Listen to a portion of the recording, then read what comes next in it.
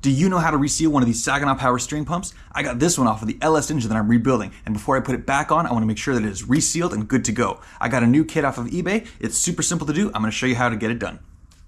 The first thing we're going to do is remove the bolts for the mounting bracket. Next, we can remove our filler cap. Now, to remove the body of the pump from the reservoir, we're going to need to turn the reservoir around and remove the two mounting studs and the high pressure union from the back of it.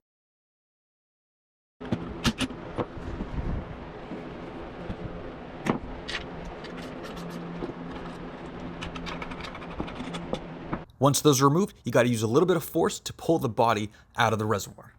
We can put the reservoir to the side because the main work we're going to be doing is on the body of the pump. On our pump body, we have 4 external O-rings that we're going to need to remove. 3 little ones and 1 big one. The 2 smallest O-rings are for the mounting studs, and the medium-sized O-ring is for the high-pressure union. The flow control valve and the spring are held in by the high-pressure union. Those are probably going to fall out at some point when you're working with the body. Just grab those and put them to the side. Lastly, we have our big O-ring around the outside of the pump body. Now that those are off, we can crack into this thing. We need to get this end cover off, and it's held in there by 1 large retaining ring. And the best way to get that retaining ring out of there is to use this small hole right here. I'm using an old drill bit and a hammer to punch the retaining ring out a little bit.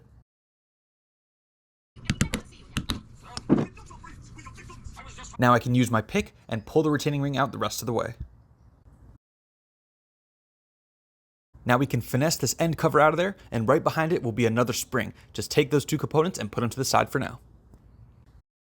Now we have access to the pressure plate, and this will take a little bit of finessing to get out as well. Or if you're lucky like me, when I went to go grab a tool, the pressure plate, the cam ring, and a bunch of the vanes dropped out of the bottom, which doesn't really help you guys visually understand how this works, but don't worry, towards the end of the video, I'll show you how all these components go back in together. The vanes, these little flat pieces right here, are very, very important for this component. I mean, everything is, but these are particularly important. We have 10 of them for this pump. You want to make sure you don't lose any of them. Before moving forward, there is a magnet here on the side to catch any metal components that may be there that shouldn't be.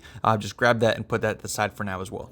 The last big component inside the body of the pump is the thrust plate, the rotor, and the shaft, which are all connected. I'm using a little rubber mallet to get this shaft popped out of there. Now that the shaft is removed, we can remove the shaft seal. And then finally, we have 2 of the internal body O-rings to remove. Just grab a pick or something flat and get those out of there. Give the body of the pump a little cleanup, make sure there's no debris or anything in there that can contaminate the system. Now we can get this pump put back together with all of our brand new seals. We're going to start with our shaft seal. I used a seal driver and a hammer to make sure that I got this thing on there nice and straight and flush. Now we can install our new inner O-rings. Now we want to make sure that we use the 2 inner grooves of the body of the pump. There is a 3rd groove on the outside. That one is for our retaining ring for the outside plate. So just make sure that your O-rings go on the 2 inner grooves. Make sure that all of these components you're reinstalling are properly lubed up with a little bit of power steering fluid. You want to make sure that everything is good to go. You don't want to put anything in there dry. Next, we can reinstall the shaft, the rotor, and the thrust plate.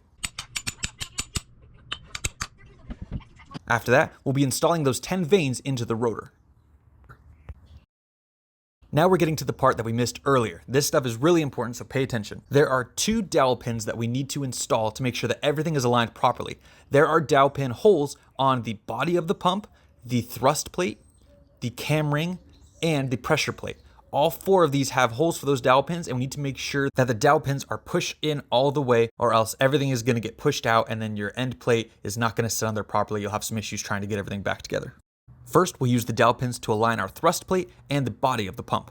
Next, we can get our cam ring installed. The dowel pin holes are the 2 smaller holes on each side of the ring. Lastly, our pressure plate will go onto the dowel pins. Your dowel pins will stick out a little bit, but if you feel like they're out a little bit too far, or if you have trouble getting your end plate installed, there might be power steering fluid trapped in some of the dowel pin holes. You want to make sure you get that removed so the dowel pins go in all the way. Finally, we can get our pressure plate spring and our end cover reinstalled. Getting that retaining ring back in is not the easiest thing. I used that drill bit that I used to pop out the retaining ring. I put it into the hole and have it hold one side of our cover plate. Then on the other side, I used a C-clamp to press it in so that I could get the retaining ring back installed.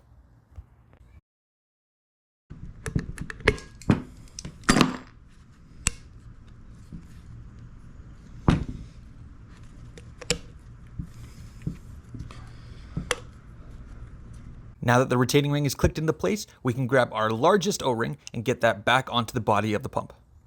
Don't forget the O-ring on our high pressure pump union. That one will need to be replaced as well. I got the reservoir cleaned up, repainted, and ready for reinstall. Make sure everything is lubed up before installation.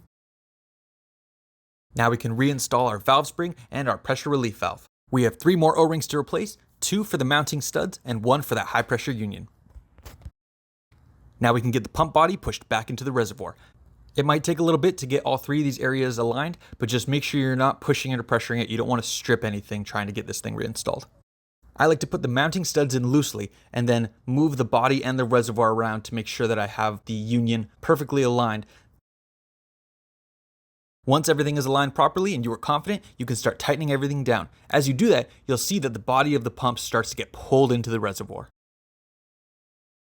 Now we can put our filler cap back on, and we'll put our bracket mounting bolts back on so we don't lose them.